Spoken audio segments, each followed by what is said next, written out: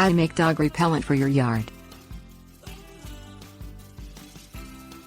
Neighborhood dogs who are allowed to wander free may find their way into your yard and cause destruction. Their urine contains high concentrations of ammonia and nitrogenous waste which can cause patches of dead grass, also known as lawn burn. Dogs can also dig up your flower garden and ruin your plants. Make an inexpensive homemade dog repellents that can help keep your lawn canine free. Things you will need: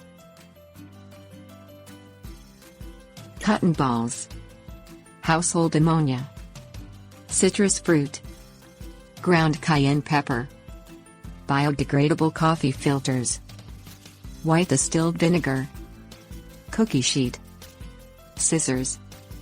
Soak cotton balls in household ammonia. Place the cotton balls around your yard anywhere you want to discourage dogs. Ammonia is very pungent and dissuades dogs from visiting. The number of cotton balls you need depends on the size of the space you want to repel the dogs from. However, since ammonia can damage plants, do not pour the liquid onto the ground. Slice up citrus fruits, such as lemons, limes or oranges, into thin rounds.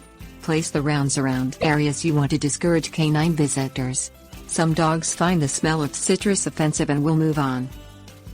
Sprinkle a small amount of ground cayenne pepper around the perimeter of your lawn and garden, or use a commercial dog repellent spray that contains capsaicin.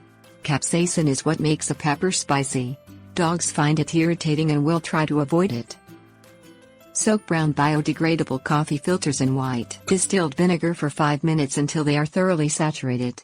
The amount of vinegar and number of coffee filters depends on how large an area you want to use them on. Place the coffee filters on a cookie sheet or piece of tarp and put them in the sun. Allow them to dry completely. Cut the filters into thin strips that are no more than a 1/4 inch thick and 1 inch long. Scatter the strips around the edge of your property and garden. Dogs dislike the smell of vinegar and will avoid it. Tips: warnings. If you know the owners of the dog, discuss the problem with them.